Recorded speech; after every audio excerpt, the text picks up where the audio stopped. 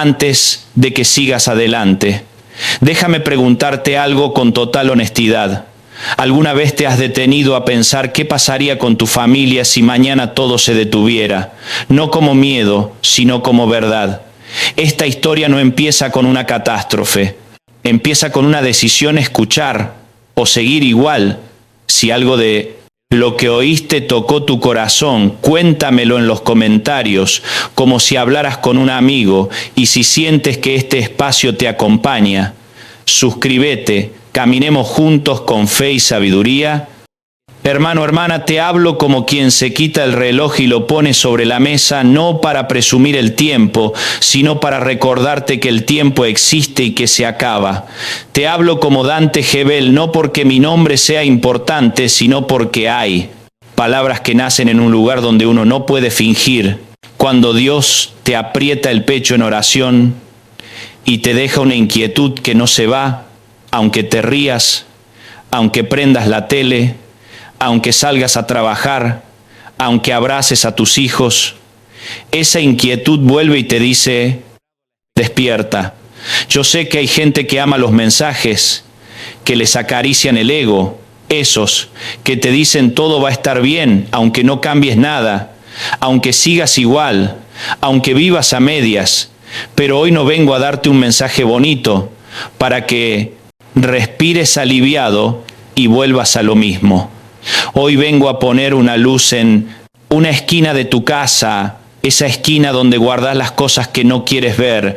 Hoy vengo a decirte con cariño, pero con verdad, que se acerca un tiempo en el que no va a sobrevivir. El más fuerte va a sobrevivir, el más sabio. Y cuando digo sabio, no hablo de alguien que sabe mucho, hablo de alguien que escucha a Dios y actúa. Y antes de que cierres este video, porque ya siento tu defensa levantándose, yo no estoy aquí para asustarte, no estoy aquí para meterte paranoia, yo estoy aquí para devolverte paz. Pero la paz verdadera no nace de cerrar los ojos, la paz verdadera nace de abrirlos y ver la realidad sin temblar, porque sabes en tu interior que no estás caminando dormido, te lo digo así directo. Porque este tema no acepta rodeos. Si piensas que el 2025 te ha sacudido, si has sentido la presión económica como una mano apretándote la garganta, si has visto el caos social, la confusión de valores, la gente más sensible, más irritable, más perdida, si te has dado cuenta que hasta dentro de la iglesia hay ruido pero poco aceite, entonces escucha esto con el corazón abierto, porque el 2026 no va a ser un año para los tibios, no va a ser un año para el cristiano de apariencias, no va a ser un año para el que tiene Biblia abierta en la mesa, pero el corazón cerrado en el altar. Yo no vengo con teorías de internet, vengo con una pregunta simple y brutal, porque a veces una pregunta es una llave. Dime con honestidad, si mañana se corta la electricidad por una semana, si por alguna razón las tiendas cierran por escasez, si el sistema se traba, aunque sea pocos días, tu familia estaría lista. Y cuando digo lista no estoy hablando de lujos, estoy hablando de lo esencial, de lo que sostiene una casa. Cuando se le mueve el piso, tu casa tiene lo que necesita para proteger a los tuyos, o tu casa solo tiene cosas para entretenerse mientras todo funciona, porque una cosa es vivir y otra cosa es depender, y hay familias que no viven, dependen del sueldo que entra exacto, dependen del agua que sale exacta, dependen del internet que no falla, dependen del supermercado que siempre está abierto, dependen del banco que siempre responde, dependen de que nunca pase nada, y ese es el problema, que la vida no firma contratos de seguridad. Y quiero que entiendas algo desde ya, porque es la base de todo: prepararte. No es falta de fe, prepararte es mayordomía, prepararte es amor, prepararte es responsabilidad, prepararte es decir: Señor, yo confío en ti, pero también honro el cerebro que me diste y las manos que me diste y la familia que me confiaste, porque a veces hemos convertido la fe en excusa para no hacer nada, y Dios no bendice la irresponsabilidad disfrazada de espiritualidad. Te cuento algo que no lo digo con orgullo, lo digo con vergüenza, porque la vergüenza bien usada se convierte en sabiduría. Hubo un tiempo en mi vida en que yo era joven y estaba lleno de planes, de sueños, de proyectos. Yo pensaba que tener fe era orar y esperar que Dios hiciera todo, mientras yo seguía como si el cielo fuera un servicio de emergencia disponible. Las 24 horas y un día, mi mundo se rompió no con un ruido grande, sino con un silencio duro, un negocio que se cae, una deuda que crece, una puerta que se cierra, y de repente la casa se vuelve más pequeña porque el miedo ocupa espacio.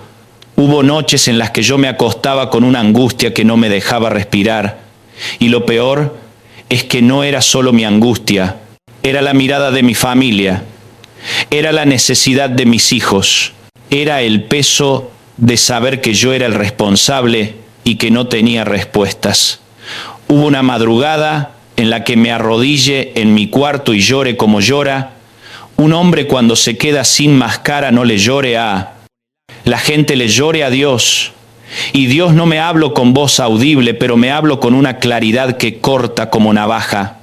Me dijo: Dante, yo soy tu proveedor, pero tú eres el mayordomo. Y esa frase me golpeó porque me di cuenta de que yo quería un Dios que resolviera, pero no quería ser un hombre que administrara. Yo quería milagro, pero no quería disciplina.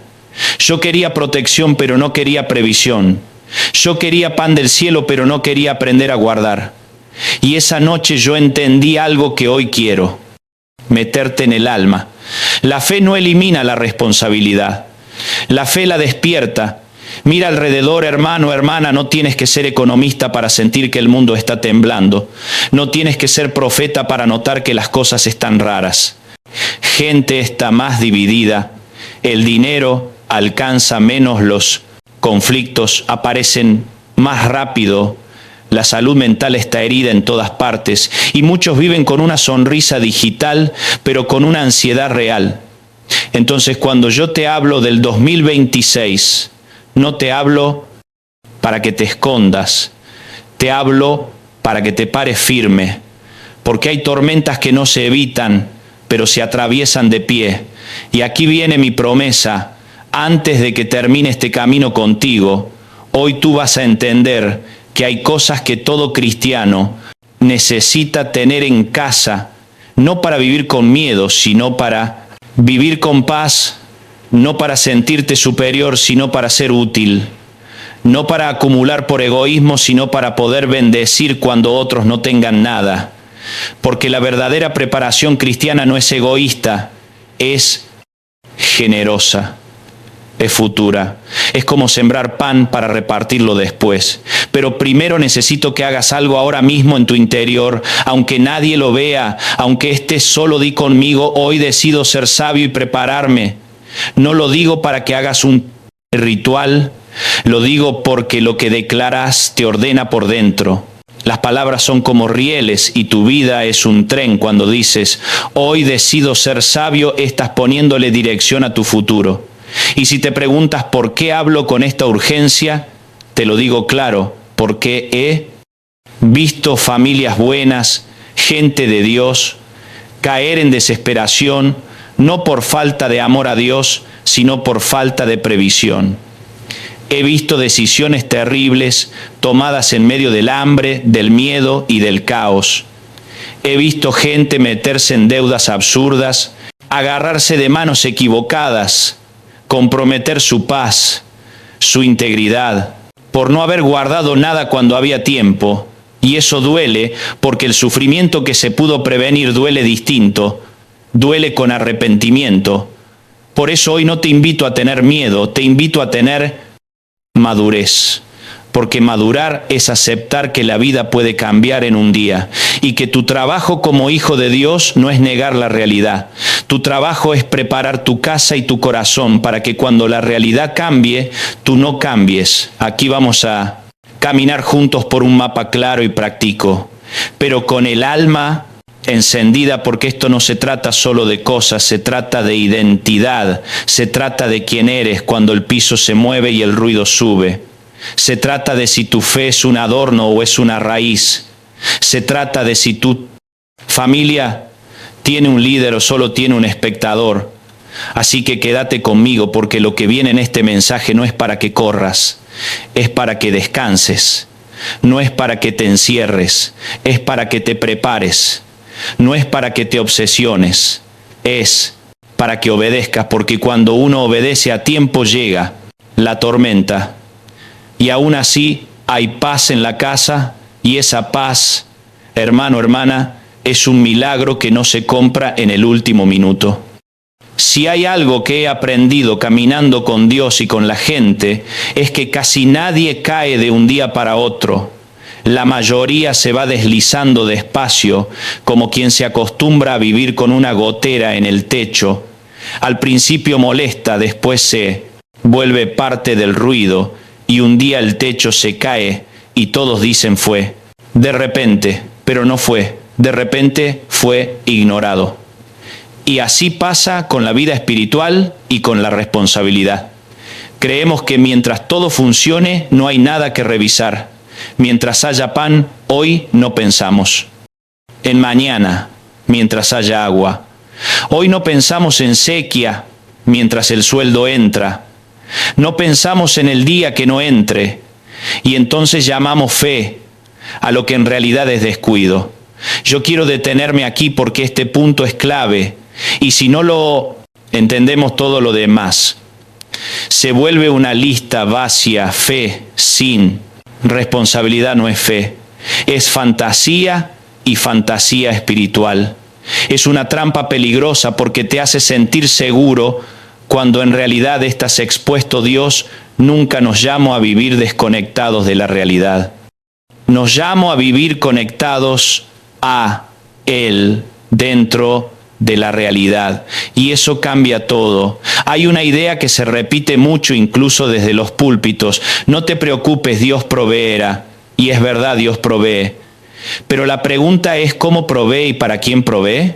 Porque cuando uno lee la Biblia con honestidad se da cuenta de que Dios casi siempre provee a través de personas preparadas, a través de manos que trabajan, a través de mentes que piensan, a través de corazones obedientes. Dios envió el maná, pero le dijo al pueblo cómo recogerlo, cuándo recogerlo y cuándo guardar. Doble Dios envió la revelación a José, pero José tuvo que construir graneros, organizar sistemas, planificar años de abundancia y de escasez. Dios envió el aceite a la viuda, pero ella tuvo que pedir vasijas vacías y no pocas. Dios no multiplica lo que desprecias, ni protege lo que descuidas. Por eso cuando alguien me dice, yo tengo fe, no necesito prepararme, yo no escucho fe, yo escucho orgullo, disfrazado de espiritualidad, y el orgullo siempre termina humillado, no porque Dios sea cruel, sino porque la realidad es terca. Quiero abrirte el corazón con algo personal, porque la verdad sin testimonio suena a discurso, y yo no te estoy hablando desde un pedestal, te hablo desde cicatrices. Hubo un tiempo en que yo confundía confiar en Dios con no. Planificar, yo decía, si Dios quiere que pase, pasara, y si no, no pasara. Y eso suena espiritual, pero en el fondo era una manera elegante de no hacerme cargo de decisiones incómodas, de conversaciones pendientes de cambios necesarios, y la vida me llevó al límite para enseñarme una lección que no se aprende leyendo libros, se aprende cuando duele. Recuerdo un momento en que me sentí completamente desarmado, no tenía un plan B, no tenía reservas, no tenía margen, no porque fuera pobre, sino porque nunca pensé que lo necesitaba. Y cuando todo se sacudió, mi oración ya no era, Señor bendice era Señor, ayúdame porque no supe administrar. Y ahí fue donde Dios me encontró. No para rescatarme del todo, sino para reordenarme por dentro. Porque a veces Dios no te saca rápido de la crisis, porque la crisis está sacando algo de ti. En ese proceso entendí algo que hoy quiero que se te quede grabado. En la conciencia, prepararte no significa que no confías en Dios, significa que confías tanto que obedeces antes de que sea tarde prepararte.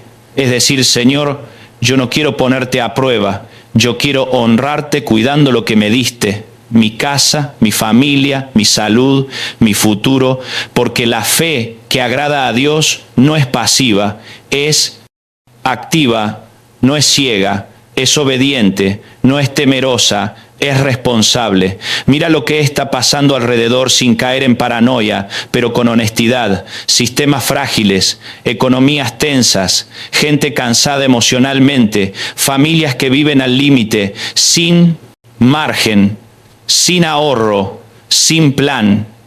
Y no porque sean malas personas, sino porque nadie les enseñó a pensar a largo plazo.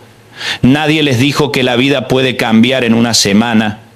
Nadie les dijo que amar a tu familia también significa anticiparte al dolor cuando puedas, evitarlo. Yo sé que hay quienes dicen Dios nos sacará de todo, y yo creo que Dios es poderoso para hacerlo, pero también creo que muchas veces Dios no nos saca de todo, sino que nos prepara para atravesarlo. Y eso es aún más milagroso, porque no te convierte en víctima, te convierte en testigo. Cuando todo se cae y tú sigues de pie, la gente no pregunta, ¿qué pasó? Pregunta en quién confías. Y ahí se abre una puerta para mostrar a Dios de una manera real, no teórica, no religiosa, sino práctica.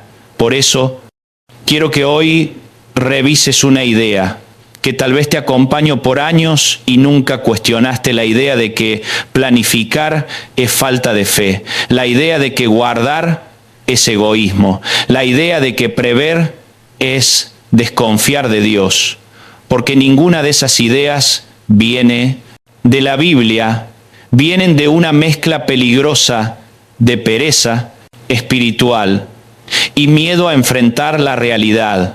La Biblia no celebra al imprudente, lo confronta, no exalta al desordenado, lo corrige. No aplaude al que vive improvisando, lo llama a despertar. Hay una palabra que a mí me gusta mucho, y es la palabra mayordomia, porque no habla de control, habla de cuidado, no habla de acumulación, habla de administración, no habla de miedo, habla de amor. Un mayordomo no es dueño de todo, pero es responsable de todo.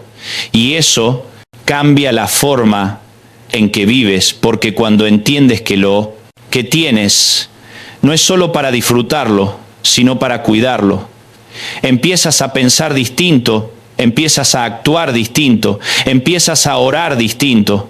Y aquí viene algo que quiero decirte con mucho respeto. Si tu fe nunca te llevó a ordenar tu vida, entonces no era fe, era emoción, la fe verdadera. Te confronta, te incomoda, te saca de la pasividad, te obliga a madurar, porque Dios no busca admiradores, busca hijos responsables, busca gente que pueda confiarle cosas sin que se les caigan de las manos. Por eso este mensaje no es solo sobre lo que viene, es sobre quién estás, siendo ahora, porque no puedes improvisar. Carácter en medio de la tormenta, el carácter se construye. Antes no puedes improvisar. Sabiduría, cuando todo arde, la sabiduría se cultiva antes. No puedes improvisar paz cuando el miedo llega. La paz se siembra antes, y se siembra con decisiones concretas, con acciones pequeñas pero constantes. Yo no quiero que escuches esto y digas qué fuerte mensaje. Yo quiero que escuches esto y digas, tengo que cambiar algo hoy, porque si todo sigue igual, el resultado también será el mismo. Y el amor verdadero no se mide por intenciones, se mide por acciones. Amar a tu familia también es sentarte a pensar qué pasaría. Si mañana no funcionara nada, amar a tus hijos también es preparar una casa firme. No solo una casa linda, amar a Dios también es obedecer su sabiduría, aunque no sea popular, aunque no sea cómoda. Así que hoy te invito a cambiar el lente. Deja de ver la preparación como una amenaza, empieza a verla como una bendición. Deja de verla como miedo, empieza a verla como paz. Deja de verla como desconfianza, empieza a verla como obediencia, porque cuando uno entiende esto, algo se acomoda por dentro y ya no. Caminas con ansiedad, caminas con propósito, sabiendo que estás haciendo tu parte y dejando que Dios haga la suya. Y a partir de aquí vamos a entrar en lo práctico, pero nunca sin perder el alma, porque esto no se trata de sobrevivir, se trata de vivir con sentido, se trata de estar listo no solo para resistir, sino para ayudar, para sostener, para bendecir, porque cuando llegue el tiempo difícil, y va a llegar, de alguna forma quiero que seas de los que abren la puerta, no de los que la cierran, de los que tienen con qué compartir, no de los que solo tienen miedo de perder lo poco que les queda. Quédate conmigo, porque lo que viene ahora no es teoría, es sabiduría antigua, aplicada a un mundo moderno, y si la recibes a tiempo, te va a ahorrar mucho. Dolor. Hay una imagen sencilla en la Biblia que tiene más sabiduría que muchos libros modernos, y es la imagen de una hormiga, una criatura pequeña casi invisible que no tiene título, no tiene escenario, no tiene aplausos, y sin embargo Dios la pone como ejemplo. Y cuando Dios pone como ejemplo algo tan pequeño, es porque quiere avergonzar nuestra soberbia silenciosa. Esa soberbia que cree que por tener tecnología, títulos, tarjetas y pantallas ya no necesitamos aprender. De lo básico, la Escritura dice, ve a la hormiga, y sé sabio, no, dice ve al rey, no dice ve al sacerdote, no dice ve al profeta, dice ve a la hormiga, porque la hormiga no vive improvisando. La hormiga no vive apostando a que mañana será igual. La hormiga no vive diciendo seguro, no pasa nada. La hormiga observa el tiempo, entiende la temporada y actúa cuando hay abundancia para no morir cuando llega la escasez, y lo hace sin que nadie la obligue, sin que nadie la vigile, sin que nadie la empuje. Eso es lo que más me confronta de ese pasaje, que la hormiga no necesita un jefe para hacer lo correcto. Y nosotros muchas veces necesitamos una crisis para reaccionar, y aún así reaccionamos tarde, vivimos esperando que alguien nos diga, ahora es el momento, cuando la sabiduría siempre está susurrando antes, pero no la escuchamos porque estamos distraídos. Vivimos en una generación que se acostumbró a que todo esté disponible todo el tiempo. Abrimos una aplicación y llega la comida, abrimos una página y aparece el dinero, tocamos una pantalla y alguien nos responde. Y sin darnos cuenta, empezamos a creer que la vida funciona igual que un teléfono, que siempre hay señal, que siempre hay batería, que siempre hay red. Y la realidad es que no siempre hay. Y cuando no hay, nos desesperamos porque olvidamos cómo vivir sin sistema. Nuestros abuelos sabían cosas que hoy parecen antiguas, pero que eran supervivencia. Sabían guardar, sabían secar, sabían conservar, sabían arreglar, sabían esperar, sabían compartir, porque entendían algo que nosotros olvidamos, que la abundancia no es permanente y que la escasez no avisa. Ellos no tenían supermercados abiertos todo el día, ni bancos digitales, ni entregas a domicilio, pero tenían algo que hoy escasea: criterio. Yo veo hoy a muchas familias cristianas buenas, gente que ama a Dios, pero vive al límite, no porque quiera, sino porque nadie les enseñó a pensar más. Allá del viernes nadie les dijo que el sistema es frágil. Nadie les dijo que vivir sin margen es vivir al borde del abismo. Y entonces cuando algo falla no saben que hacer no porque sean malos, sino porque están desentrenados. Para la sabiduría, practica la hormiga, guarda cuando nadie la aplaude, guarda cuando no hay drama, guarda cuando todo parece tranquilo, y eso es lo que cuesta, porque cuando todo está bien, nadie quiere escuchar advertencias. Cuando todo funciona, nadie quiere cambiar hábitos cuando la nevera está llena. Nadie piensa en mañana, pero la hormiga no espera a sentir hambre para trabajar. La hormiga trabaja antes y por eso sobrevive. Después quiero que te hagas una pregunta honesta, no espiritual, honesta. ¿Has vivido hasta hoy como hormiga o como cigarra? ¿Has vivido anticipándote o reaccionando? ¿Has vivido construyendo reserva o viviendo de lo que entra y sale sin pensar? Porque hay una diferencia enorme entre confiar en Dios y vivir sin sabiduría. Y esa diferencia se nota cuando llegan los tiempos duros. Dios nunca elogió al imprudente, nunca bendijo al perezoso, nunca justificó al que duerme mientras podía prepararse. Al contrario, la Escritura es dura con eso, porque el costo no lo paga, solo el que duerme lo paga. Su casa lo pagan, sus hijos lo paga su entorno. La irresponsabilidad nunca es individual, siempre es contagiosa. Por eso este mensaje no es para señalar, es para despertar, no para juzgar, es para activar, porque hay una generación de creyentes que ama a Dios con el corazón, pero descuido la cabeza, y Dios quiere las dos cosas: un corazón encendido y una mente despierta, una fe profunda y una vida ordenada, una espiritualidad intensa y una práctica responsable. Cuando la Biblia habla de sabiduría, no habla de información, habla de aplicación, no habla de saber mucho, habla de hacer a tiempo, no habla de discursos, habla de decisiones. Y la decisión más incómoda casi siempre es cambiar cuando todavía no duele, cambiar cuando nadie más cambia, cambiar cuando no hay urgencia, porque eso es madurez. Yo sé que este mensaje incomoda porque nos enfrenta a hábitos que hemos normalizado: gastar todo, no guardar nada, depender de que nunca pase nada. Y eso no es fe, eso es ingenuidad peligrosa. Y la ingenuidad en tiempos inestables se paga caro, porque el mundo no está diseñado para proteger a los ingenuos, está diseñado para probar a los sabios. Y aquí quiero decir algo con mucho cuidado, no para generar miedo, sino conciencia. La iglesia no está aislada de la realidad. Los creyentes no somos inmunes a las crisis. Las tormentas caen sobre justos e injustos. La diferencia no es quien evita la lluvia. La diferencia es quien tiene la casa sobre la roca.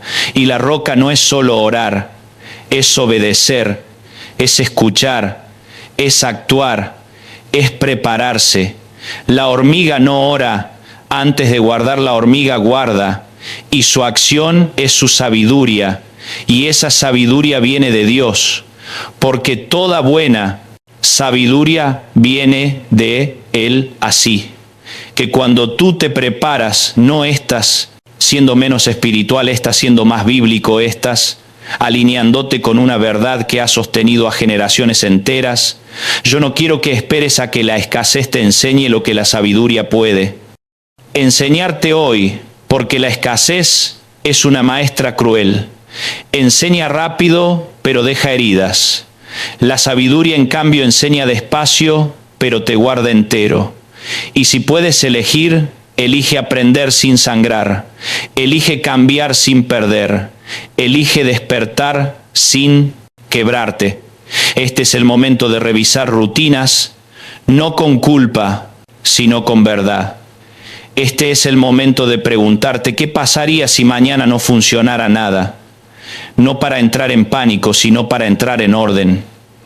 Este es el momento de dejar de vivir reaccionando y empezar a vivir anticipando, porque anticipar no es adivinar, es observar, es escuchar, es obedecer. Dios no te está llamando a construir un búnker, te está llamando a construir una casa firme, una casa donde cuando falte algo no falte paz, casa donde cuando el mundo se sacuda tus hijos vean en ti estabilidad y no miedo. Una casa donde la fe no sea una frase, sino una estructura. La hormiga no es famosa, no predica, no escribe libros, pero vive una verdad que hoy necesitamos recuperar, que el futuro se cuida en silencio, que la sabiduría no hace ruido, que la preparación no busca likes, busca vida. Y esa verdad antigua es más relevante hoy que nunca. Por eso en lo que sigue vamos a entrar en cosas concretas, no para obsesionarte, sino para ordenarte, no para llenarte de cosas, sino para vaciarte de miedo. Porque cuando uno empieza a hacer lo correcto, el miedo pierde fuerza, y cuando el miedo se va, la fe crece, y cuando la fe crece, la casa se fortalece. Así que no desprecies lo pequeño, no subestimes lo simple, no ignores la voz que te dice, es tiempo de prepararte. Porque a veces Dios no grita, a veces Dios susurra, y solo los que están atentos escuchan. Hay verdades que parecen demasiado simples para una generación acostumbrada a lo espectacular, y una de ellas es esta: el pan que se guarda hoy puede salvar generaciones mañana. No es una frase poética, es una lección histórica, espiritual, profundamente humana. Porque la comida no es solo alimento, es estabilidad, es dignidad, es tiempo, es decisión. Cuando una familia tiene pan en casa, puede pensar, puede orar, puede elegir. Cuando no lo tiene, entra en supervivencia, y la supervivencia apaga la conciencia. Por eso la Biblia no habla poco de comida.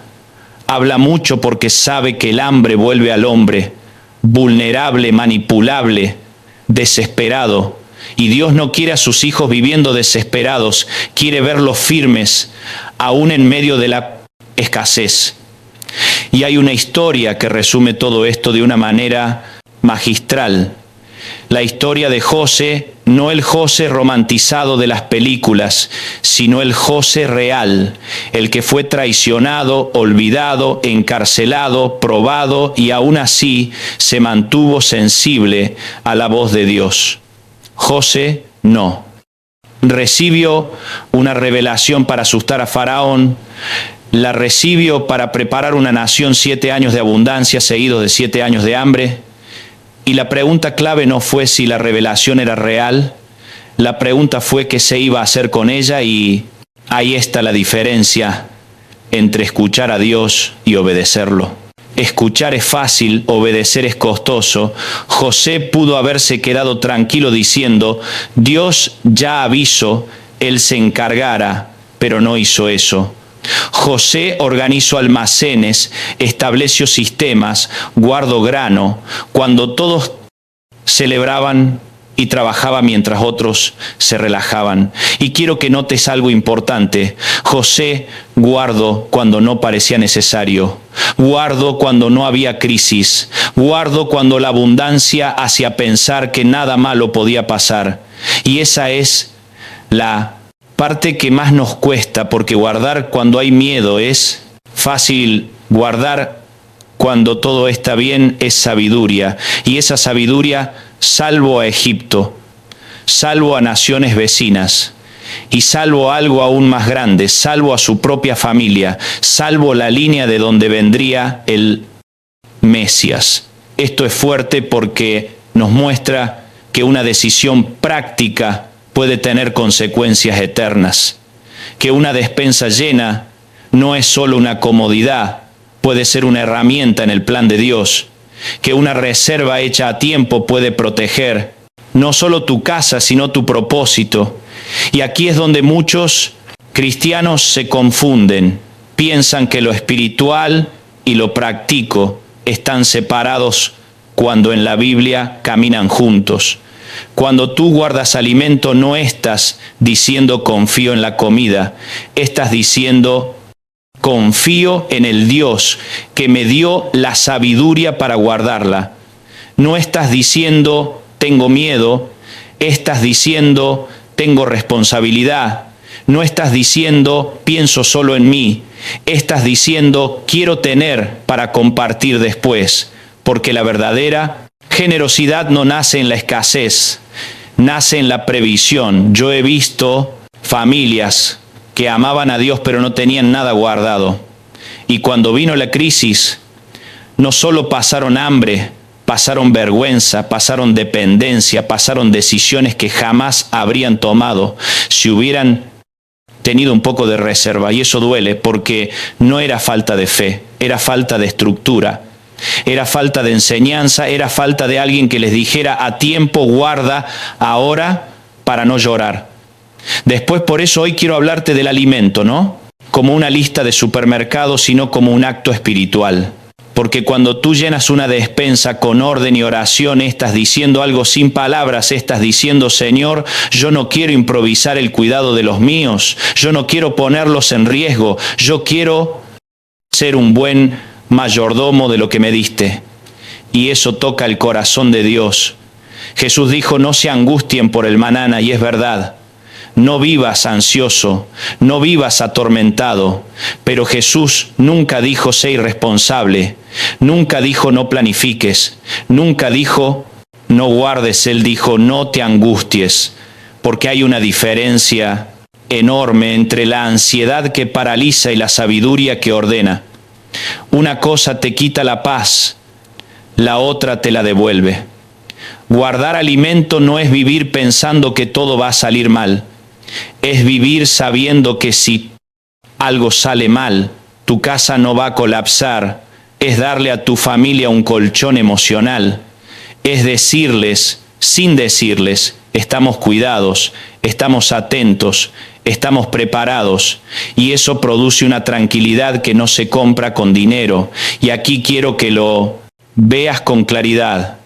No estoy hablando de acumular por miedo ni de vaciar un supermercado, estoy hablando de construir una reserva razonable, progresiva, inteligente, alimentos básicos que no dependen de electricidad, que duran, que sostienen arroz, legumbres, pasta, conservas, aceite, sal, azúcar, cosas simples, cosas humildes, cosas que han sostenido a la humanidad por siglos antes de que existieran las aplicaciones y las entregas rápidas.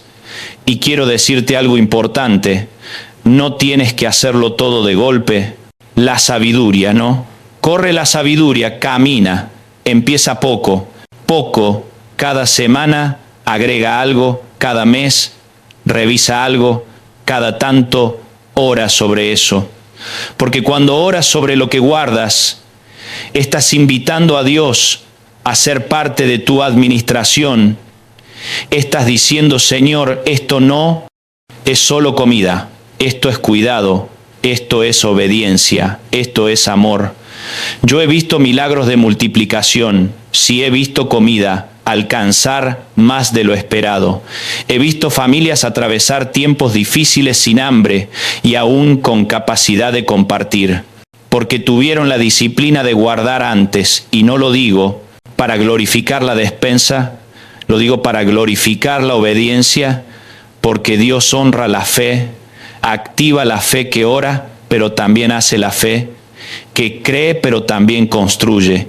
Y aquí hay algo que quiero que sepas. La comida guardada no es solo para tu familia, es una semilla para el futuro, es una puerta para bendecir, es una oportunidad de mostrar a otros el amor de Dios de una manera concreta, porque cuando todo falla, la gente no escucha. Sermones, escucha acciones, y un plato de comida en un momento de necesidad puede abrir más corazones que 1000 palabras. Por eso José no solo salvó su casa, salvó a otros. Por eso la preparación no es egoísmo, es estrategia del reino, porque el reino de Dios no se construye solo con discursos, se construye con hechos, con pan, con agua, con manos extendidas y corazones firmes. Este no es un llamado al miedo, Es un llamado a la madurez. Es un llamado a dejar de vivir improvisando el cuidado de los que amas. Es un llamado a entender que el amor verdadero se anticipa, ¿no? Reacciona que el amor sabio no espera la crisis para actuar. Así que mientras avanzamos, quiero que cambies la forma de ver lo material, no como algo opuesto a lo espiritual, sino como un canal cuando está bien ordenado, porque cuando el corazón está alineado y la casa está preparada, la paz se instala. Y cuando hay paz, hay espacio para escuchar a Dios. Aún en medio de la tormenta, lo que viene no es una lista, es un estilo de vida y empieza con algo tan simple y tan profundo como guardar pan hoy para proteger el mañana. Si el pan sostiene el cuerpo, el agua sostiene la vida, y sin embargo, es una de las cosas que más damos. Por sentadas, abrimos una llave y fluye, la cerramos y olvidamos que existe hasta el día en que no sale nada, y ese silencio duele más que el hambre, porque el cuerpo puede aguantar días sin comer, pero sin agua empieza a apagarse rápido, sin ruido, sin drama, como una luz que se va quedando sin energía. Por eso cuando hablo del agua, no hablo solo de botellas o garrafones, hablo de conciencia, hablo de respeto, hablo de entender que dependemos de algo tan básico y tan frágil. A la vez, el agua no es solo un recurso, es una línea de vida, y cuando se corta esa línea, todo lo demás se vuelve secundario. He visto personas fuertes quebrarse, no por falta de fe, sino por falta de agua. He visto madres desesperadas, buscando una gota para sus hijos. He visto ancianos desvanecerse por deshidratación y he visto ciudades enteras entrar en pánico cuando el suministro falla. Y lo más impactante es que siempre pasa de la misma manera. Nadie cree que va a pasar hasta que pasa, y cuando pasa ya es tarde. Para improvisar, el cuerpo humano puede resistir semanas sin comida, pero apenas unos pocos días sin agua. Y eso no es teología, es biología, y la biología no negocia con nuestras creencias. El cuerpo necesita agua para que los órganos funcionen, para que la sangre circule, para que el cerebro piense con claridad, para que la vida siga su curso. Y cuando el agua falta, todo se vuelve urgente, todo se vuelve desesperado. La Biblia lo sabe. Por eso el agua aparece una y otra vez como símbolo y como realidad. Cuando el pueblo de Israel caminaba por el desierto, una de sus crisis más profundas no fue la falta de carne, fue la falta de agua. Llegaron a un lugar seco y empezaron a murmurar porque el miedo hace ruido cuando el cuerpo siente que se apaga. Y Dios tuvo que intervenir con un milagro, hacer brotar agua de una roca para salvarlos. Pero detente un momento y piensa, Dios hizo el milagro porque los amaba. Pero esa crisis pudo haberse evitado con previsión, con planificación, con conciencia de que el desierto no perdona la improvisación. Y eso mismo pasa hoy. Tenemos ventaja, tenemos información, tenemos recursos, tenemos tiempo, y aún así seguimos viviendo como si nada pudiera fallar. Guardar agua no es exageración, es sentido común.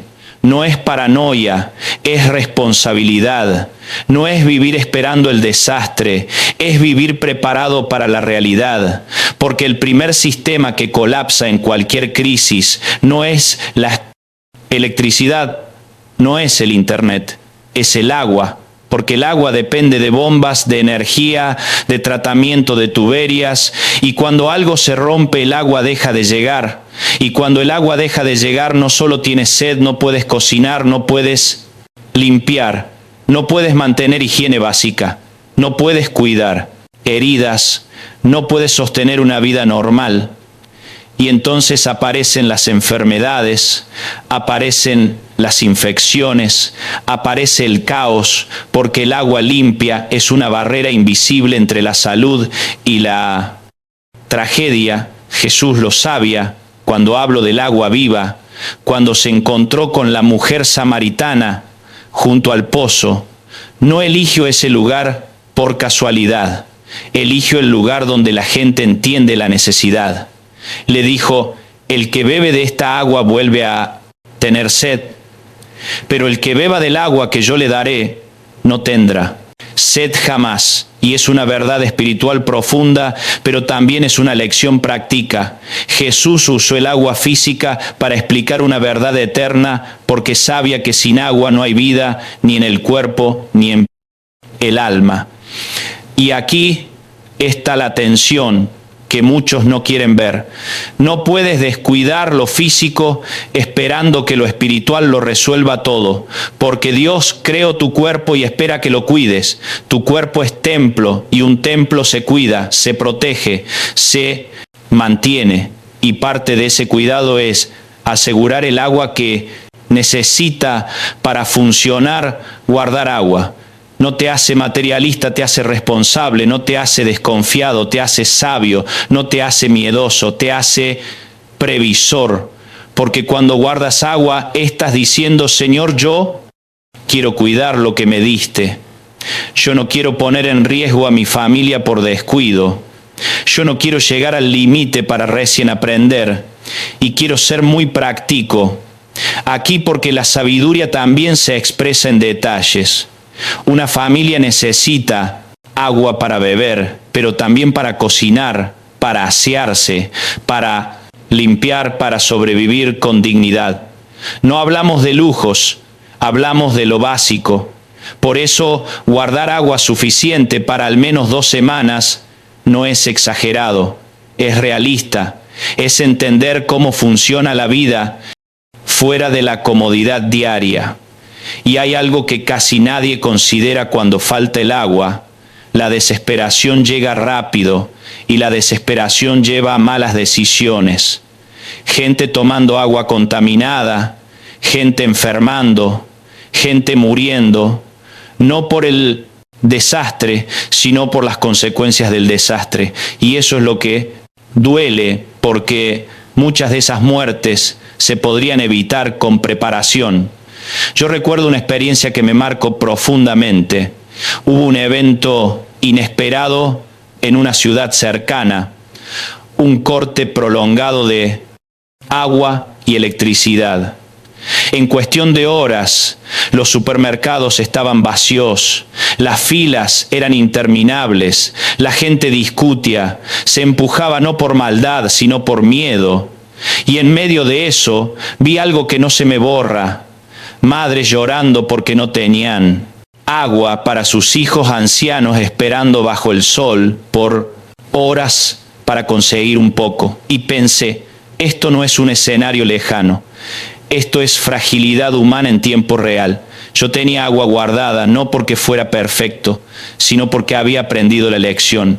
Y esa agua no solo nos sostuvo, también nos permitió compartir. Y cuando compartes en medio de una crisis, algo cambia. No solo afuera, cambia adentro. Te das cuenta de que la preparación no es solo para sobrevivir, es para servir, es para convertirte en respuesta a la oración de alguien más. Y aquí va algo que quiero que escuches con atención. El agua también necesita cuidado. No cualquier recipiente sirve, no cualquier lugar sirve. El agua se protege, se guarda en condiciones adecuadas, porque la negligencia puede contaminar lo que estaba destinado a dar vida. Y esa es una lección espiritual. También lo que no cuidas se corrompe, lo que no protege se daña. Por eso cuando guardas agua, hazlo con conciencia, recipientes limpios, lugares frescos, rotación con tiempo y sobre todo oración, no como un ritual, sino como una declaración. Señor, esta agua, bajo tu cuidado, protégela, multiplica su alcance y danos sabiduría para usarla. Bien, Dios honra ese tipo de fe, la fe que se arrodilla pero también se organiza, la fe que ora pero también actúa, la fe que entiende que el milagro muchas veces no cae del cielo ya preparado, sino que nace de la obediencia diaria. En los próximos pasos vamos a seguir avanzando en lo práctico, pero nunca sin perder el corazón, porque no se trata de acumular cosas, se trata de construir paz. Se trata de que cuando el mundo tiemble, tu casa no tiemble, porque está sostenida no solo por la oración, sino también por la sabiduría. El agua nos recuerda algo simple y poderoso. Somos frágiles y esa fragilidad no nos debilita, nos hace responsables, nos hace humanos, nos hace dependientes de Dios. Y cuando aceptamos eso, dejamos de vivir confiados en sistemas y empezamos a vivir confiados en Dios, con acciones alineadas a esa confianza. No esperes a tener sed para aprender a guardar agua. No esperes a que el grifo se seque para valorar lo que hoy fluye, porque la sabiduría llega antes del dolor, y quien la escucha a tiempo puede atravesar cualquier desierto sin perder el alma. Hay momentos en la vida donde una decisión tomada minutos antes puede marcar la diferencia entre la calma y la tragedia, entre la vida y la perdida. Y esos momentos casi nunca avisan, no tocan la puerta, no mandan mensajes, llegan de golpe como un golpe seco que te deja sin aire, y en esos instantes no sirve lo que sabes, teóricamente sirve, lo que tienes a mano, sirve lo que preparaste cuando nadie miraba. Por eso hoy quiero hablarte de algo que muchos subestiman hasta que lo necesitan. El botiquín de primeros auxilios, no como una caja olvidada en un cajón, sino como un acto de amor silencioso, porque amar también es anticiparse al dolor. Amar es pensar que puede pasar y decidir estar listo. Amar es aceptar que no siempre llegaremos a tiempo al hospital, que no siempre habrá ayuda inmediata, que a veces el primer auxilio lo damos nosotros. Vivimos en un mundo rápido pero frágil, un mundo donde un accidente doméstico, una caída, una quemadura, una herida pueden convertirse en algo serio si no hay respuesta rápida. Y no lo digo para asustarte, lo digo para despertarte, porque la realidad es esta. Cuando el sistema colapsa, los hospitales se saturan, las ambulancias no llegan, las farmacias se vacían, y en medio de ese caos, tu familia te mira esperando que sepas qué hacer. Y aquí viene una verdad. Incomoda la buena intención, no detiene una hemorragia. El amor no desinfecta una herida. La fe sin acción no baja la fiebre. Lo que hace la diferencia es estar preparado, tener las herramientas y saber usarlas. Y eso no te hace menos espiritual, te hace más humano, más responsable, más parecido al corazón de Dios. Jesús contó una historia que conocemos bien, la del buen samaritano, y muchas veces nos quedamos con la moraleja de la compasión, pero pasamos por alto un detalle crucial. El samaritano no solo sintió compasión, tenía con qué ayudar, tenía aceite, tenía vino, tenía vendas, tenía conocimiento, y por eso pudo salvar una vida. No improvisó. No dijo, pobre hombre, voy a orar por ti y seguir camino. Se detuvo, se involucró y usó lo que tenía. Esa es la imagen del cristiano preparado. No el que pasa de largo porque no quiere problemas, ni el que se detiene pero no sabe qué hacer, sino el que se acerca con manos firmes, con corazón dispuesto y con herramientas reales, porque la misericordia sin acción se queda en deseo, y el deseo no sana. Heridas, yo he visto tragedias evitables, he visto infecciones que empezaron con un corte pequeño, he visto quemaduras maltratadas convertirse en algo grave. He visto gente entrar en pánico por no tener ni una venda, ni un poco de alcohol, ni idea de qué hacer, y ese pánico es doblemente doloroso porque después llega el remordimiento, el sí hubiera tenido, el sí hubiera sabido, el sí alguien me hubiera dicho. Por eso hoy quiero decirte algo claro: el botiquín no es un lujo, es una necesidad. No es para los paranoicos, es para los responsables.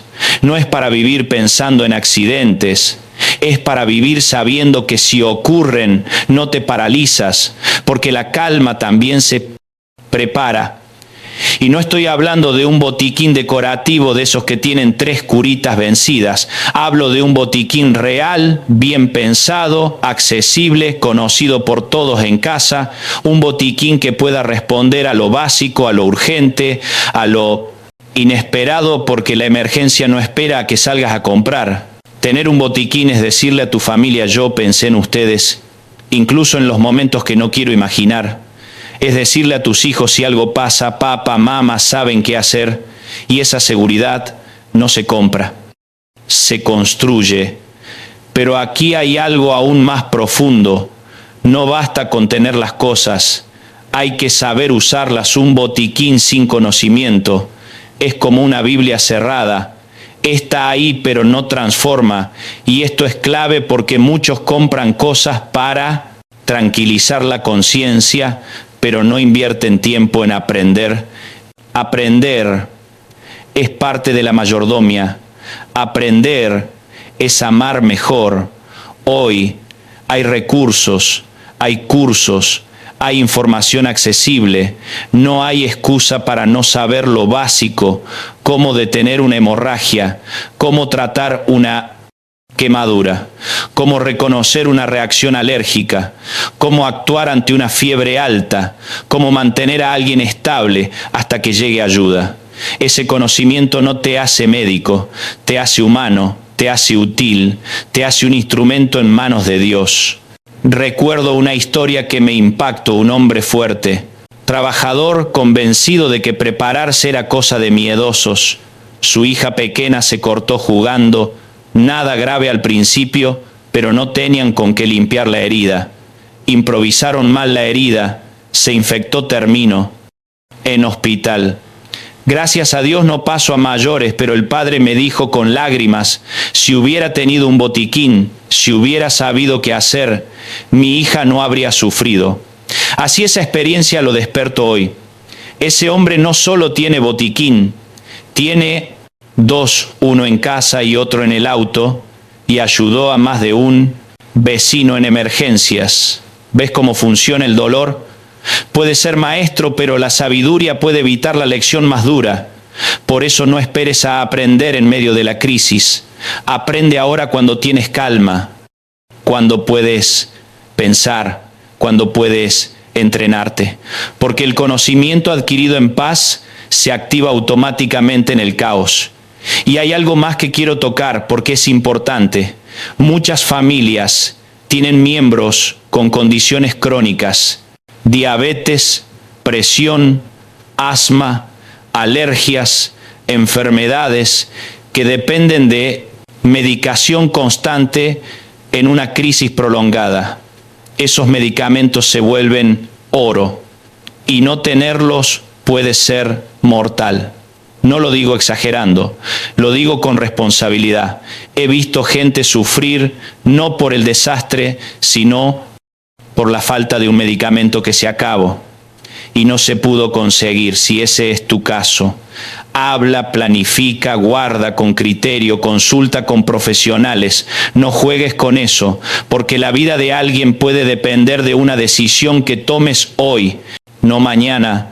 Pero no quiero quedarme solo en lo físico, porque el botiquín cristiano tiene 2 niveles: el visible y el invisible, el de vendas y el de palabras, el de medicamentos y el de oración, el de manos que actúan y el de corazón que intercede, porque hay heridas que no sangran pero duelen más que una herida abierta. Hay crisis que no se ven pero destruyen por dentro. Por eso el cristiano preparado también aprende a orar por los enfermos, a ungir, a consolar, a escuchar, a sostener, a declarar. Vida cuando todo alrededor grita muerte y cuando esas dos cosas se combinan, lo natural y lo espiritual. Algo poderoso ocurre, no porque nosotros seamos especiales, sino porque Dios honra al que se dispone completo prepararte para ayudar. No te convierte en salvador, te convierte en siervo. Y ese es el lugar donde Dios se mueve con libertad.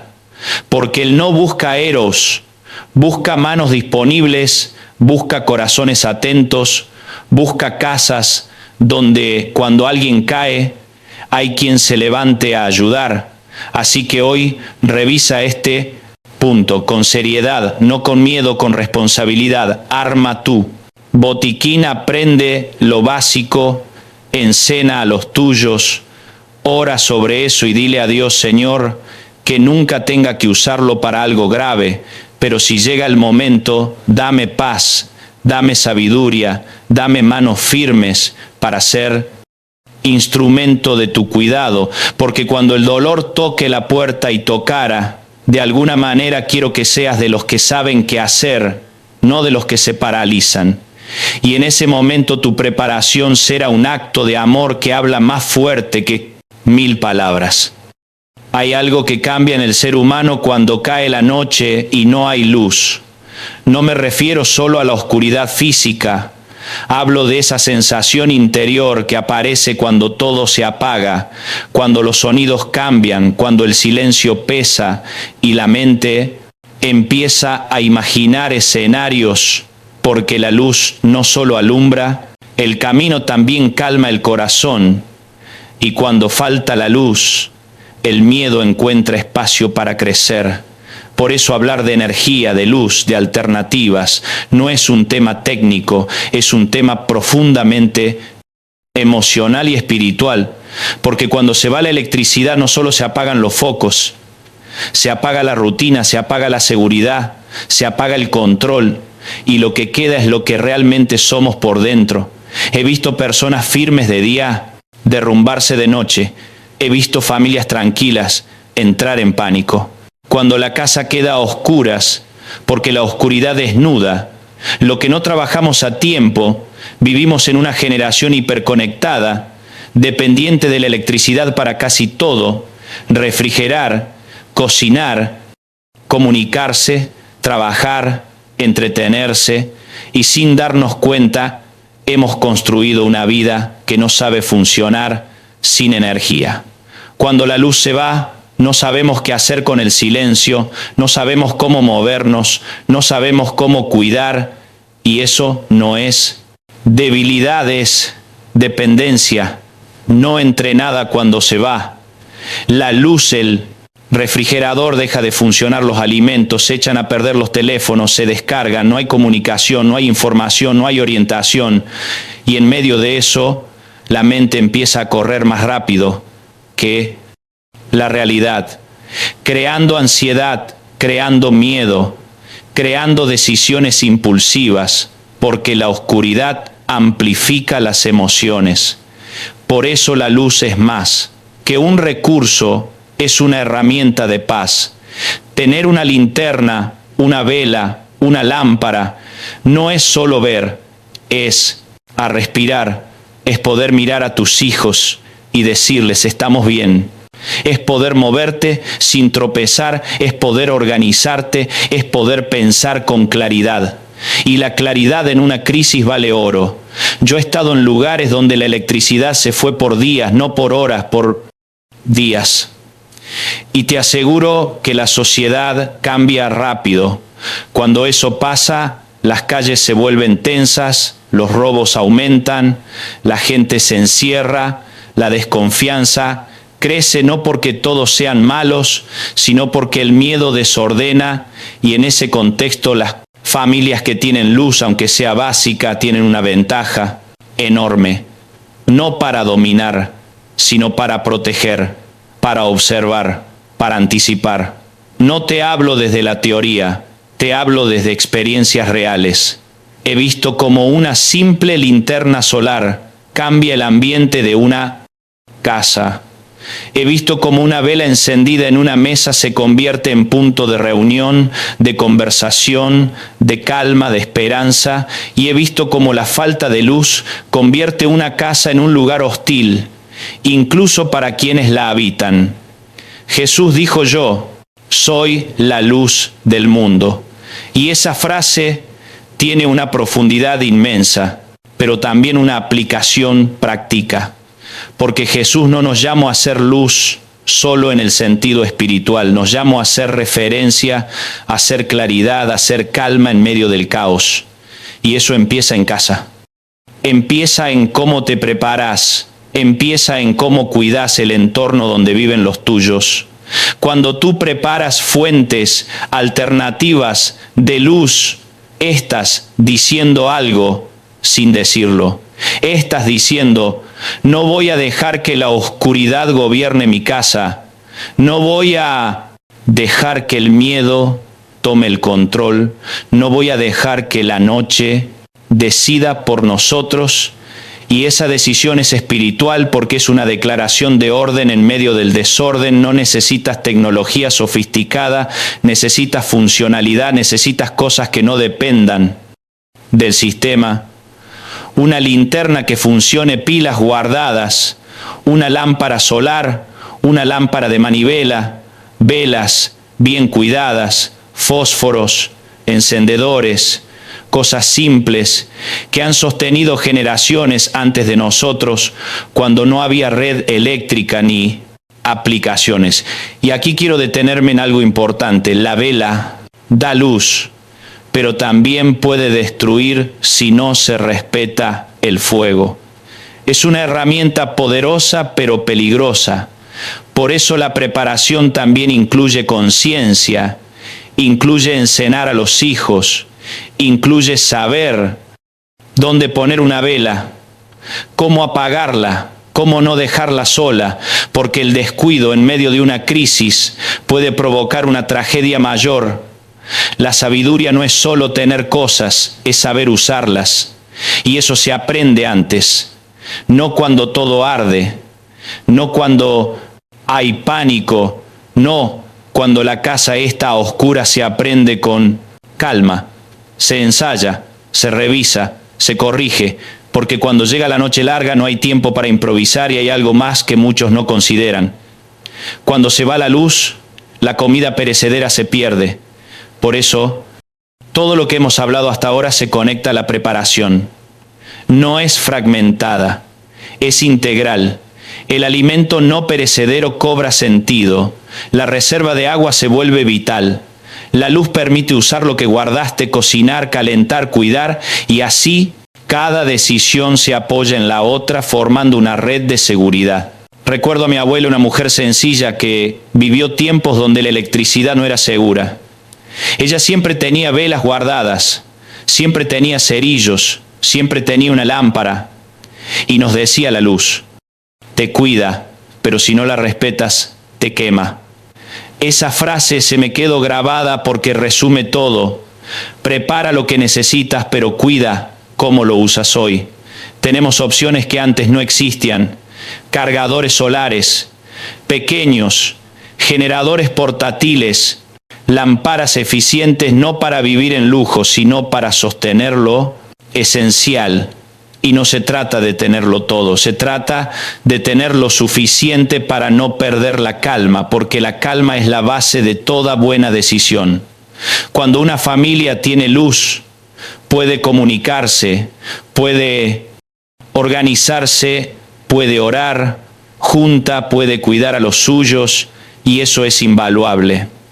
En una crisis he visto familias atravesar apagones prolongados sin perder la paz porque estaban preparadas, y he visto otras desmoronarse no por la falta de luz, sino por la falta de preparación. Jesús también dijo: ustedes son la luz del mundo. Y esa frase me confronta porque me pregunto: ¿cómo voy a hacer luz para otros si en mi casa no hay ni una linterna? ¿Cómo voy a traer calma a alguien si yo estoy paralizado por la oscuridad? ¿Cómo voy a ayudar? Si no puedo ver donde piso la luz, no elimina la tormenta, pero permite atravesarla con dignidad, con orden, con esperanza. Y eso es lo que Dios quiere para nosotros. No que evitemos toda dificultad, sino que no perdamos el rumbo cuando llegue. Por eso hoy revisa este punto con honestidad. No para sentir culpa, sino para tomar acción. Revisa si tienes luz alternativa. Revisa si funciona. Revisa si sabes usarla. Revisa si tu casa puede sostener una noche sin electricidad. Y si la respuesta es no, no te condenes, pero tampoco lo ignores. Cambia algo hoy, porque cada pequeña acción es un ladrillo. Más en la casa firme que estás construyendo, la oscuridad vendrá de una forma u otra, pero no tiene que gobernar tu casa. Cuando hay preparación, hay luz, y cuando hay luz, el miedo retrocede.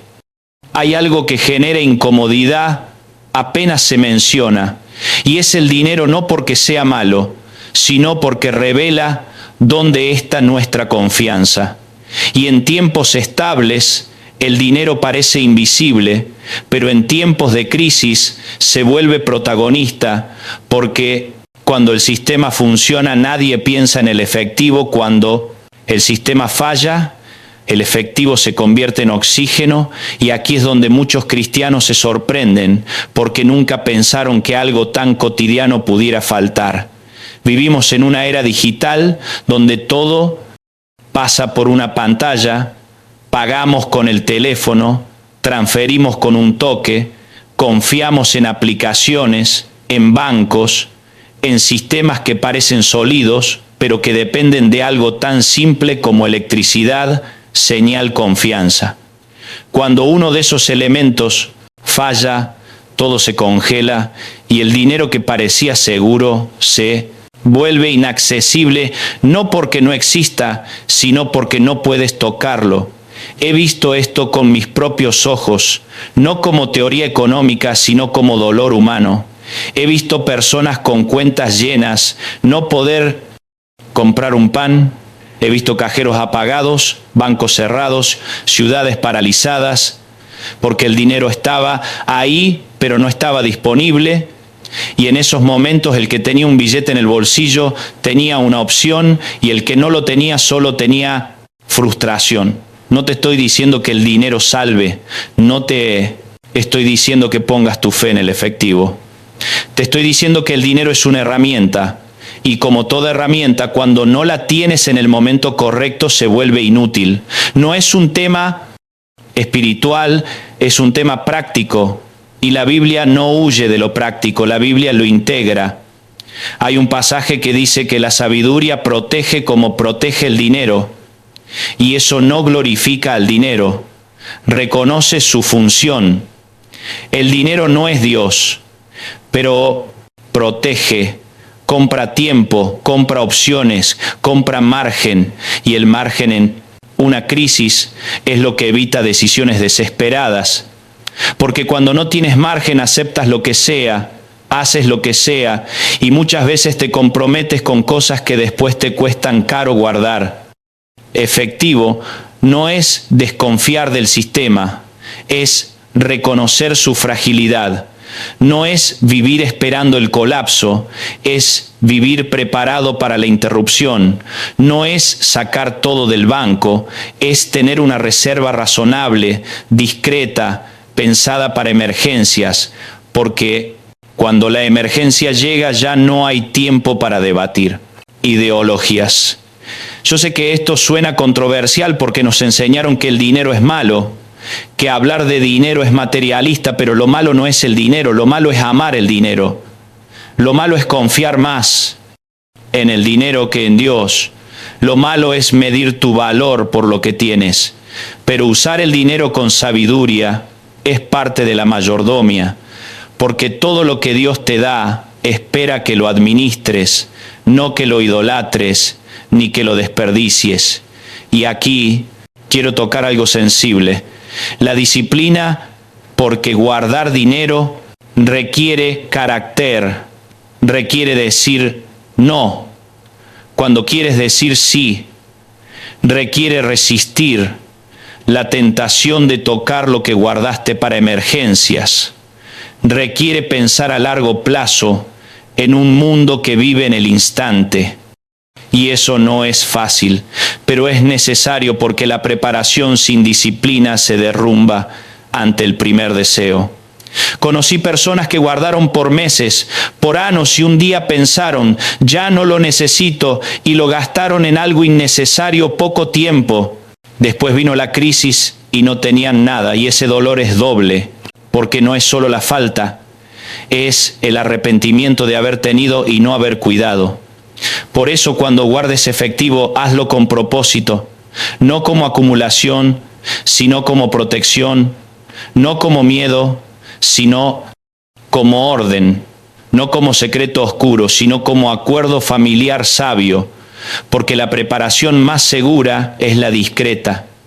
No necesitas contarle a todos lo que tienes, necesitas saber tú y tu casa, que hay un respaldo, y no se trata de grandes cantidades. Se trata de constancia de empezar, con lo que puedas de apartar algo, aunque parezca poco, porque poco guardado con disciplina se convierte en mucho con el tiempo, y más importante aún, se convierte en tranquilidad, porque cuando sabes que tienes un respaldo, duermes distinto, hablas distinto, decides distinto. Hay otro punto que casi nadie menciona: en una crisis el cambio se vuelve un problema. No tener billetes pequeños puede complicar algo simple, comprar agua, pagar un transporte, ayudar a alguien. La sabiduría está en los detalles, en pensar más allá del escenario ideal y preguntarte qué pasaría si todo se traba. Y aquí quiero decir algo con equilibrio. No pongas todos los huevos en la misma canasta, ni espiritual ni financiera. No pongas toda tu seguridad en el banco, ni toda tu seguridad bajo el colchón. La sabiduría busca balance. Entiende que el sistema sirve mientras funciona, pero no vive esclavizado a él la historia. Está llena de ejemplos de colapsos económicos, de monedas que perdieron valor, de bancos que cerraron de un día para otro. No como castigo divino, sino como consecuencia humana. Y los que sobrevivieron mejor no fueron los más ricos, fueron los más preparados, los que diversificaron, los que no despreciaron el efectivo, los que entendieron que lo físico sigue teniendo valor cuando lo digital desaparece. Pero quiero llevarte a algo más profundo. Aún el dinero guardado no es para encerrarte, es para poder ayudar después, porque cuando llega la escasez, el que tiene puede bendecir, y el que no tiene solo puede pedir y no hay nada malo en pedir, pero hay algo poderoso en poder dar en medio del caos, en ser respuesta a la necesidad de alguien. Mas he visto personas usar su reserva para salvar a otros, no para aprovecharse, no para especular, sino para sostener, para comprar tiempo, para dar dignidad, y eso glorifica a Dios, porque el dinero bien administrado se convierte en instrumento del reino, no en ídolo. La Biblia dice que el tesoro y el aceite están en la casa del sabio, no dice en la casa del avaro, ni del temeroso del sabio. Porque el sabio guarda, entiende los tiempos, lee las estaciones y actúa con anticipación. Y eso es lo que hoy se nos está pidiendo: entender el tiempo en que vivimos y actuar con serenidad. No te estoy llamando a desconfiar del mundo, te estoy llamando a no ser ingenuo, no te estoy llamando a vivir encerrado, te estoy llamando a vivir despierto, porque la calma también se construye con decisiones financieras responsables. El dinero no compra paz, pero la falta de dinero en una crisis puede destruirla. Por eso el cristiano maduro no huye del tema, lo ordena, lo enfrenta, lo administra y lo somete a Dios para que no gobierne su corazón, pero si sirva a su propósito. Así que revisa este punto sin culpa, sin miedo, con verdad. Pregúntate si tu casa tiene margen. Pregúntate si una interrupción te dejaría paralizado o con opciones. Y si la respuesta no te gusta, no te castigues. Cambia algo hoy, porque cada ajuste pequeño es una semilla de paz para el mañana, Dios. No te llamo a vivir con temor, te llamo a vivir con sabiduría. Y la sabiduría también se expresa en cómo manejas el dinero cuando nadie te ve. Hay un tipo de dolor que no viene del golpe, sino de la confusión. No viene de la falta, sino del desorden. No viene del peligro, sino de no saber qué hacer. Y en una crisis ese dolor se multiplica, porque cuando todo se sacude, la mente busca dirección. Y si no la encuentra, entra en pánico. Por eso hoy quiero hablarte de algo que parece simple, pero que puede salvar vidas. Un plan, un acuerdo familiar, una decisión tomada antes de que llegue el caos. Imagina este escenario no como película, sino como posibilidad real. Hay una emergencia, un terremoto, un disturbio, un apagón masivo. Tú estás en un lugar, tu pareja en otro, tus hijos en otro. Los teléfonos no funcionan, las redes caen, nadie sabe de nadie, el miedo se apodera de la mente y cada uno empieza a actuar por instinto, no por estrategia. Y ahí es donde ocurren las peores decisiones, porque el instinto sin dirección es peligroso. Un plan familiar no elimina la crisis, pero elimina el pánico, porque el pánico nace de la incertidumbre y la incertidumbre se reduce cuando hay acuerdos claros, cuando todos saben qué hacer, a dónde ir, a quién buscar, cómo actuar. Y eso no se decide en medio del ruido, se decide en la calma, se conversa, se ensaya, se escribe, se repite. Muchas familias viven juntas, pero no piensan juntas. Nunca se sientan a hablar. ¿De qué pasaría si nunca acuerdan un punto de encuentro? Nunca establecen prioridades, nunca definen roles, y no lo hacen por maldad, lo hacen por incomodidad. Porque hablar de crisis incomoda, pero no. Hablar de crisis las vuelve más destructivas. Jesús dijo: quien quiere construir una torre primero se siente y calcula.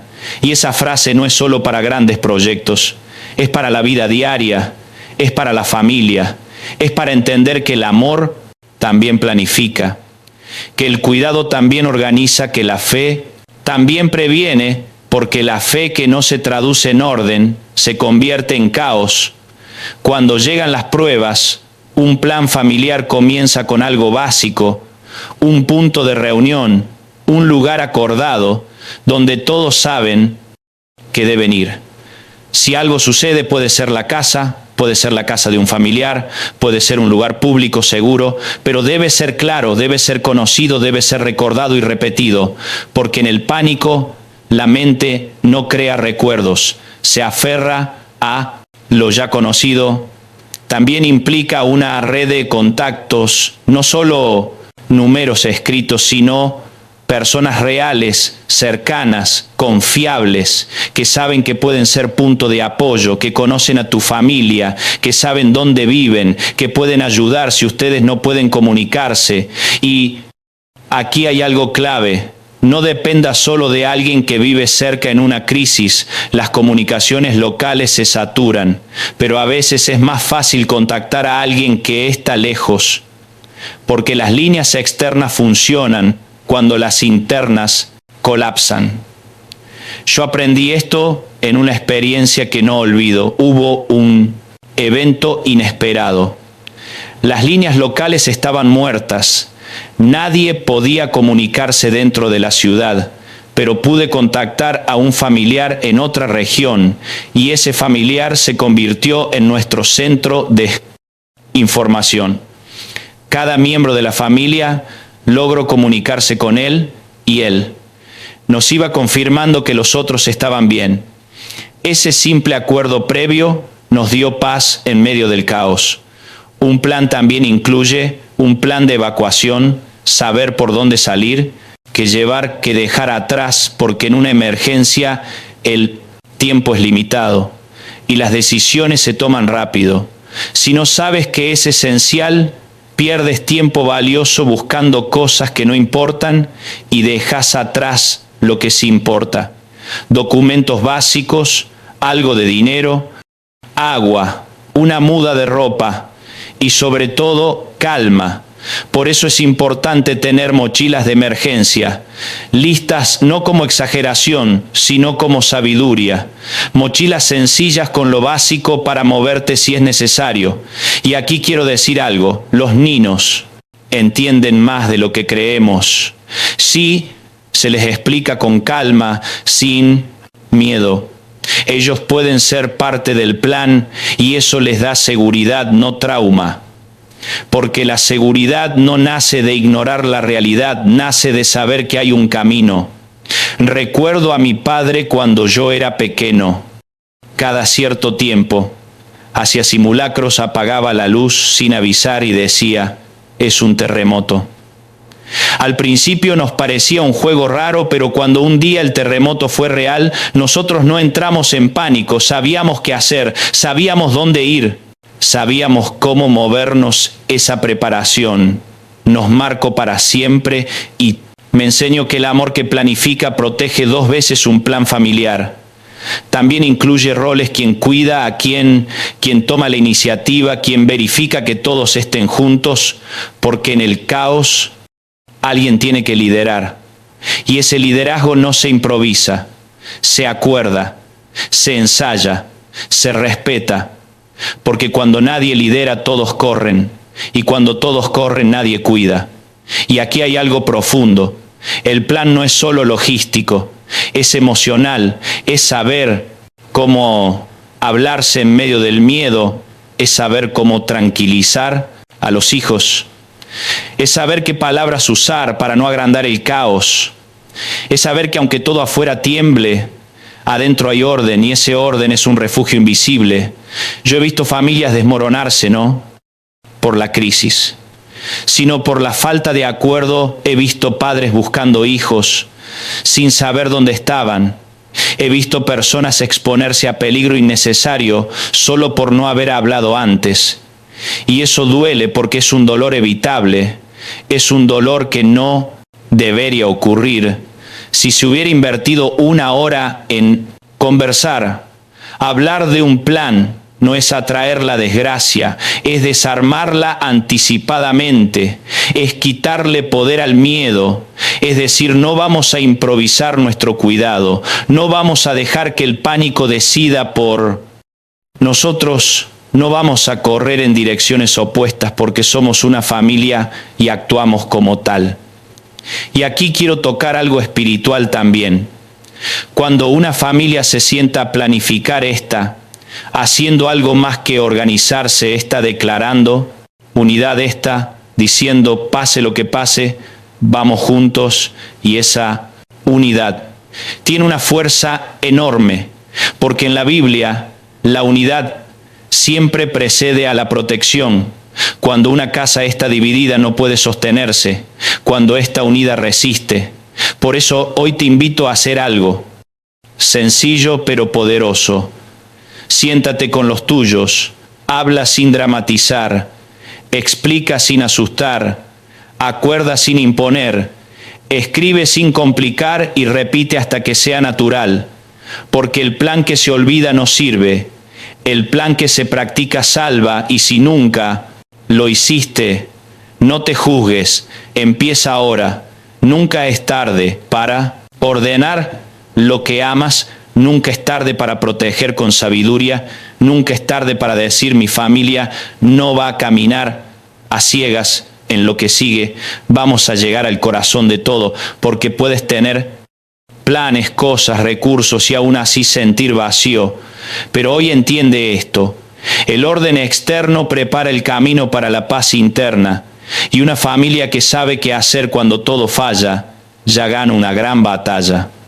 Llegados a este punto, quiero que respires profundo, porque todo lo que hemos hablado hasta ahora puede darte una sensación peligrosa si no la ordenamos bien.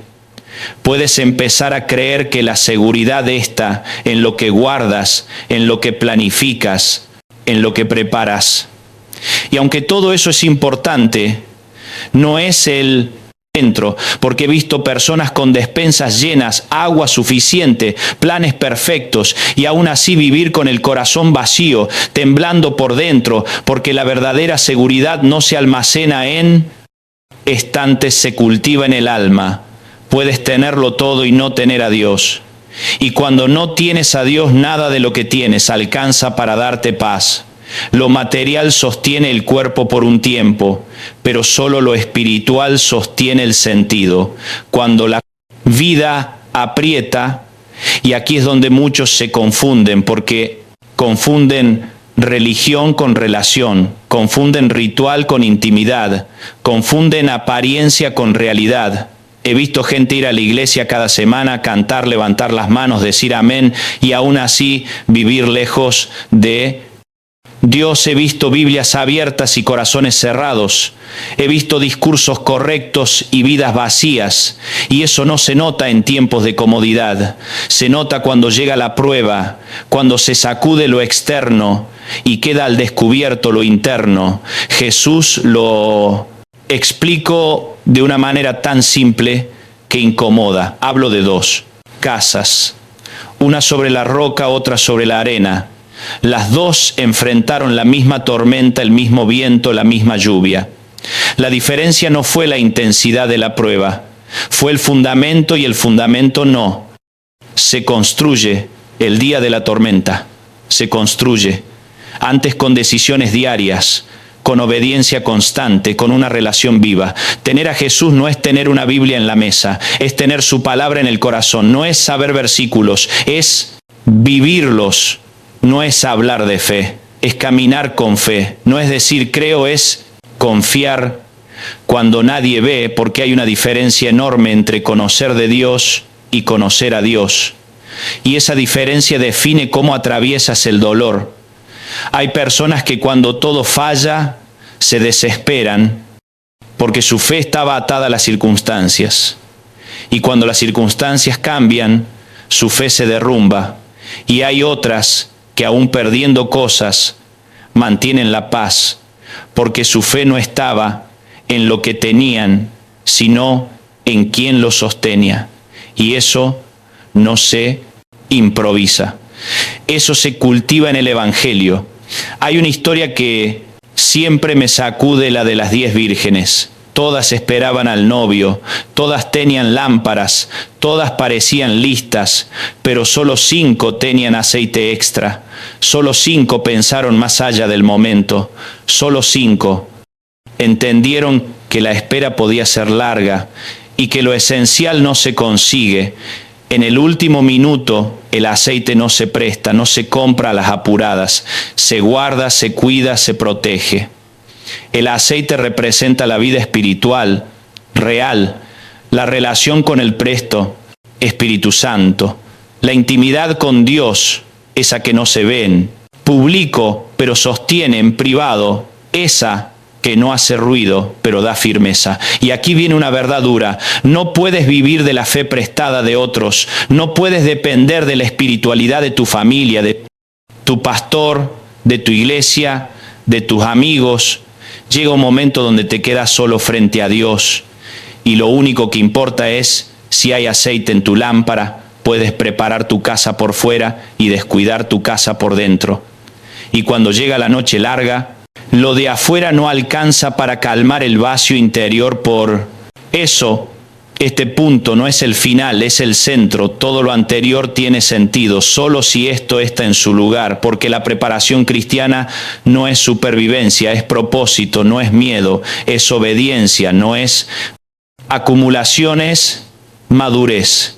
Yo no te pregunto hoy si eres religioso, te pregunto si estás vivo espiritualmente, te pregunto si hablas con Dios más allá de las emergencias. Te pregunto si escuchas su voz cuando te incomoda.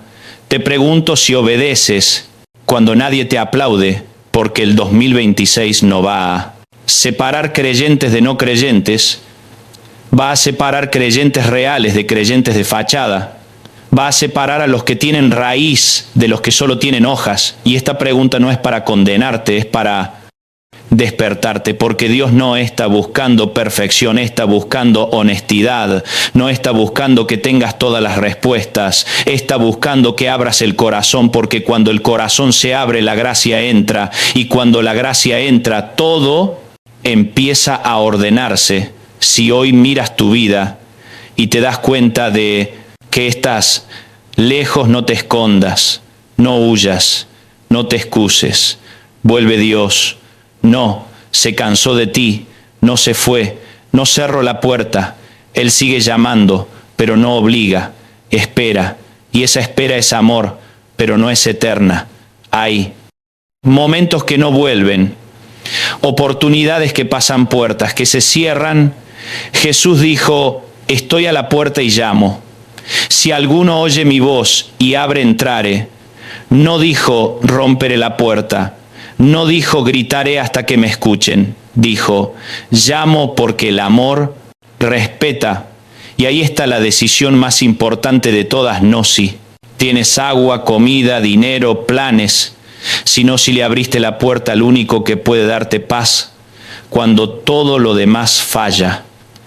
Prepararte espiritualmente no es vivir aislado, es vivir alineado, es examinar tu vida, perdonar lo que duele, soltar lo que te ata, arrepentirte de lo que sabes que no.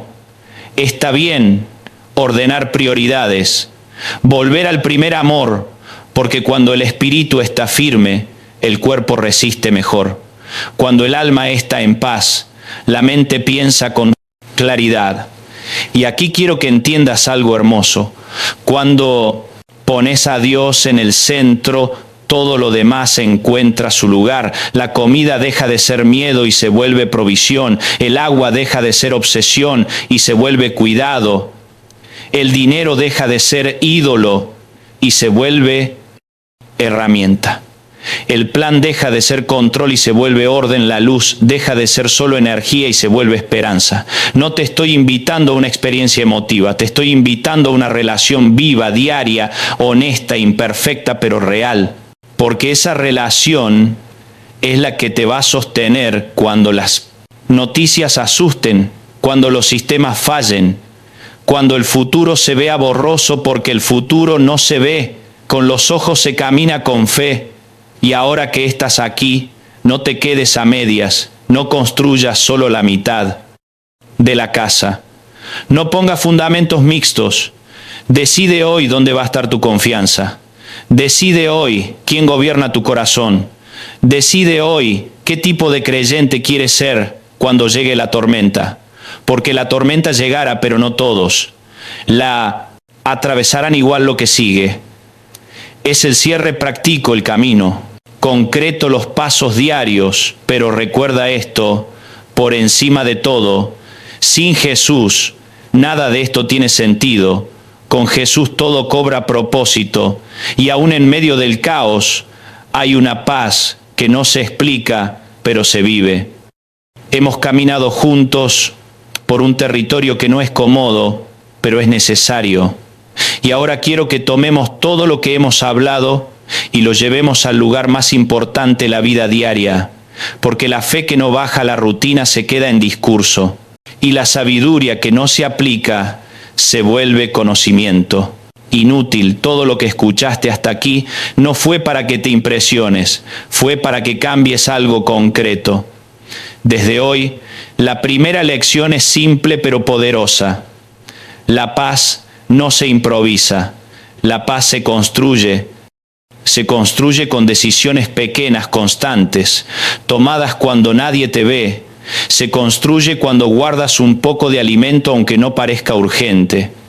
Se construye cuando reservas agua aunque hoy fluya. Se construye cuando armas un botiquín. Aunque nunca lo hayas usado, se construye cuando revisas una linterna. Aunque hoy haya luz, se construye cuando ordenas tus finanzas. Aunque hoy alcancen, se construye cuando hablas con tu familia. Aunque incomode, se construye cuando buscas a Dios. Aunque no tengas ganas. La segunda lección es que amar no es solo sentir, amar es anticipar, es proteger, es pensar más allá del hoy, es preguntarte qué pasaría si mañana todo cambiara y decidir no dejar esa respuesta al azar, porque cuando amas de verdad no delegas el cuidado de los tuyos al sistema, ni a la suerte, ni a la esperanza vaga. Amas con hechos, amas con orden, amas con previsión. La tercera lección es que la fe verdadera no te desconecta de la realidad, te conecta mejor a ella, no te hace ingenuo, te hace sabio, no te hace pasivo, te hace responsable, no te promete que nada malo va a pasar, te prepara para atravesar lo que pase con dignidad, con calma, con propósito. La fe que agrada a Dios no es la que niega la tormenta, es la que construye la casa. Antes de que llueva, la cuarta lección es que el orden exterior sostiene la calma interior. Cuando tu casa está preparada, tu mente respira. Cuando tu familia tiene acuerdos, tu corazón descansa. Cuando tu vida tiene margen, tus decisiones mejoran. Cuando tu espíritu está alineado, tu resistencia aumenta. Y esto no es teoría, es experiencia, es vida vivida, es observar a quienes se quiebran y a quienes se mantienen firmes y entender que la diferencia no está en la suerte, está en la preparación. La quinta lección es que la preparación cristiana no es egoísta, es generosa, porque no te preparas solo para ti, te preparas para poder ayudar cuando otros no puedan, te preparas para hacer respuesta a una oración ajena, te preparas para hacer luz cuando otros están a oscuras. Te preparas para compartir pan cuando otros tienen hambre, te preparas para sostener cuando otros caen. Y eso es profundamente evangélico, porque el amor se demuestra con acciones en momentos concretos. Ahora quiero llevarte a algo. Practico un plan sencillo, no para abrumarte, sino para activarte. No hagas todo de golpe. No necesitas hacerlo todo hoy, pero sí necesitas empezar hoy, porque la sabiduría siempre empieza con un paso hoy mismo. Revisa tu casa, mira lo que tienes y lo que no, no para juzgarte, sino para ubicarte. Escribe una lista simple, sin dramatizar. Mañana, agrega algo pequeño a tu despensa, no lo pospongas. Compra algo básico. Guarda agua en recipientes limpios. Revisa tu botiquín arma 1. Si no lo tienes, revisa tus fuentes de luz. Prueba que funcionen, aparta un poco de efectivo, aunque sea mínimo. Habla con tu familia esta semana. Acuerden un punto de encuentro, un plan de comunicación. No lo compliques, pero no lo ignores. Y reserva un tiempo para tu vida espiritual, no como obligación, sino como prioridad. Lee, ora, escucha, vuelve al centro, hazlo en 7 días, uno por uno, con calma, con conciencia, con oración. No como una carrera, sino como un proceso, porque esto no es una tarea, es un estilo de vida. Y cuando lo integras, algo cambia por dentro. Empiezas a caminar distinto, a dormir distinto, a decidir distinto, porque sabes que estás haciendo tu parte y dejando a Dios hacer la suya. Y aquí viene algo muy importante. No permitas que este mensaje se quede en emoción pasajera. No permitas que lo escuches, lo sientas y lo olvides, porque lo que no se convierte en acción se disuelve, y el tiempo es algo que no regresa. Por eso, si algo se movió dentro de ti, si algo te incomodó, si algo te despertó, no lo ignores. Actúa aunque sea en pequeño, pero actúa. Hoy quiero hacerte una pregunta final, no para presionarte, sino para alinearte. Si hoy mismo la vida te sorprendiera, si hoy mismo el sistema fallara, si hoy mismo la rutina se rompiera, tu casa estaría lista, tu familia sabría qué hacer, tu corazón estaría en paz. Y si la respuesta no es la que deseas, no te castigues, pero tampoco te mientas. Cambia el rumbo. Hoy, porque aún estás a tiempo, y ahora quiero invitarte a algo concreto. Si este mensaje te ayudó, si te dio claridad, si te trajo orden, si te despertó, no camines solo. Suscríbete a este canal, porque lo que viene no es contenido para entretener, es palabra para sostener, es dirección para tiempos desafiantes.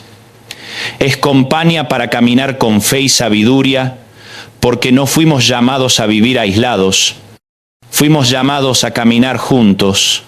Suscríbete no por un número, sino por una decisión. La decisión de no vivir dormido, la decisión de prepararte con fe, la decisión de crecer, la decisión de ser un creyente maduro que no huye de la realidad, sino que la enfrenta con Dios en el centro. Porque lo que viene exigirá corazones firmes, mentes claras, casas ordenadas y espíritus llenos. Si llegaste hasta aquí, no fue casualidad. Dios no pierde el tiempo, y este mensaje no llegó tarde, llegó a tiempo. Recíbelo, obedécelo y camina con paz. Porque cuando haces lo correcto a tiempo, el miedo pierde fuerza y la esperanza se vuelve sólida.